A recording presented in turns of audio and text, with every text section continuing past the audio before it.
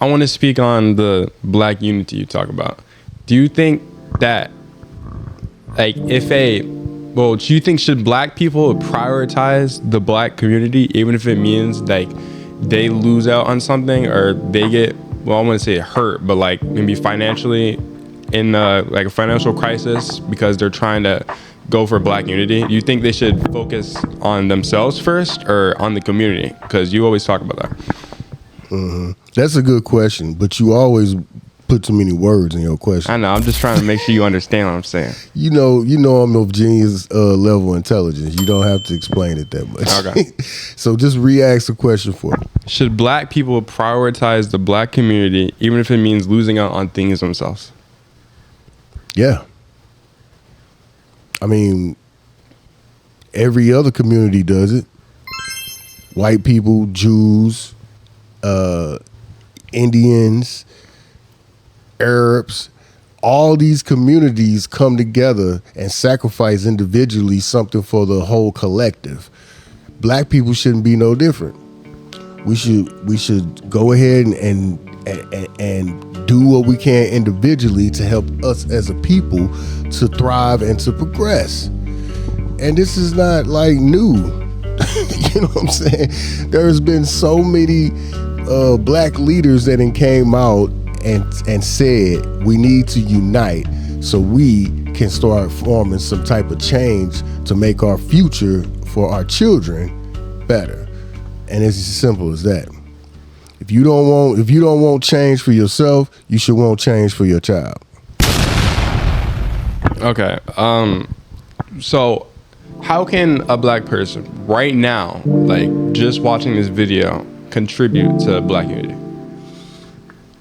Well, it's real easy. You just simply get with another black person. You can go as far as hitting up your Congress to try to get laws changed. There's petitions you can get started. You can go door to door. You can get into some type of community work. You can start a YouTube channel on Black Injustice, the systemic racism that's in the justice system. Start speaking on the black equalities that's in our job places, in our employments. You can run for office. That's an idea. Yeah. You know, because you can affect change very much there. But at the end of the day, you're keeping black in the front of your mind. So, and a lot of times they'll try to muck that up by saying, oh, why you just saying, oh, just black people? Why it just can't be Americans? Nah, because the vast majority of Americans don't care about black people. So and it's not to say we don't care about the other races. It's just that all the other races are doing just fine. We're way behind economically, socially. We don't have any generational wealth in general as a race.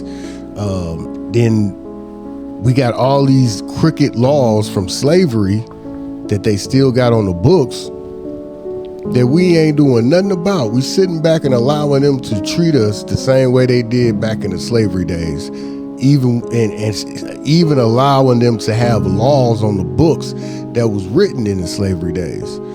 These are all things that one person can start bringing to the forefront, get into the media, the mass media. We can go protest. We can go boycott. Do you know what would happen if black people boycotted anything? Probably would get done. I'm talking about boycotted, meaning back in the days it was Rosa Parks. We boycotted riding the bus. And to the point where they was losing so much money, they had to just change the rules. Mm-hmm. Imagine if we boycotted Louis Vuitton. You know what I'm saying? Or what's another famous thing that black folks like to get in? Cadillac. What if we protested Cadillac? Nike. And until you change this, we not buying your products. Now, some of my friends did try to do that briefly with Walmart when they got rid of their DEI. But just imagine going a whole month not going to Walmart. Even you go to Walmart monthly. It's really it's a task. That's why I say if we actually do unite and we all actually get on the same accord and get on the same page, we can literally just meet up in a town hall one day and just say to each other as a group, look, we're not going to buy this. We're not going to go here. We're not going to give our money to this particular place. And then if we all stick to it, we can make that establishment, that place, whatever it is, change whatever rules that we are feeling that is not fair and is not in our best interest as a race. Okay, well, that is my last question because you answered what question I had with that. What? I was going to ask, is black unity realistic today? And you answered that. So. Well, I mean, it's realistic, but it's we're far away, far away from actual black unity. You know, actual black unity is when you actually get together. Right now, it's divisiveness even when we see each other out in public. You see a black man see another black man, instead of saying, hey, how you doing, brother? We're more than likely got our little, evil eyes on each other. Like we sitting there suspecting, man, what this dude gonna do to me? Or what this dude thinking about doing to me? Instead of thinking like, hey, that's my brother, let me see how you doing. Or, hey man, that's a nice outfit you got on there. You know, giving each other pleasing words and kind words to empower that person for that day. They can go out, they can start walking around with their head up high as a black man or a black woman because they know another black man and another black woman's got their back.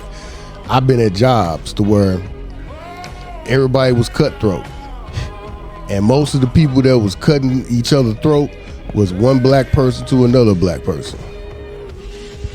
And it was horrible. And that's pretty much how we are as a people. We have this slave mentality that we cannot just seem to get out of. We see a person that's getting successful and that's doing something good with themselves, and instead of encouraging and empowering that person, we like to cut them down. Oh, he think he better than everybody, you know, because as a slave, you don't want to see another slave doing better because you want everybody to waddle around in your misery along with you. It's like a bunch of pigs in a bunch of mud. Crabs in the barrel. It's a whole bunch of things to where we as a race, we can get unity, but we got to get past all of this crap. All of this, these evil eyes we give each other, all these bad attitudes we get about just from coming around another black person. Those are the things that needs to be removed from the equation before we can actually get true black unity. Okay, well, that's all the questions I had, but I just wanted to... You have to stop saying that. Okay, I wanted to quickly spread the gospel. We didn't, well, actually, no, I ain't gonna say that, but I just wanted to show you this verse that I liked, everybody. It is, the just man walketh in his integrity, and his children are blessed after him. I'm not gonna explain that. I want you to take your own meaning into it, and I want you to try and put that into your life. What verse is it? This verse is Proverbs. No, Proverbs. Okay. Go ahead. Let's see, what is this? 27. So Proverbs 20, chapter 20, verse 7. Yep. Okay. And it's in the King James Bible. All right. That's all. Okay, well, that was a good verse. Bravo. Mm-hmm. So I want to end this on a note to where if you get anything out of this video, I want y'all to get, I love my son. And to tell you the truth, this series was kind of his idea anyways. But just because these are the questions you hear us asking on camera, my son asks me all kinds of stuff all the time. Yeah, I ask some stupid questions too. He asks stupid and good questions, but nonetheless, he is free to ask anything he wants to ask, and he does. He comes up with these questions here just because things that he is curious about himself, and sometimes I send him some stuff and have him look at it and give his opinion. Hey, what's your podcast talking about? Black everything. Black everything. Black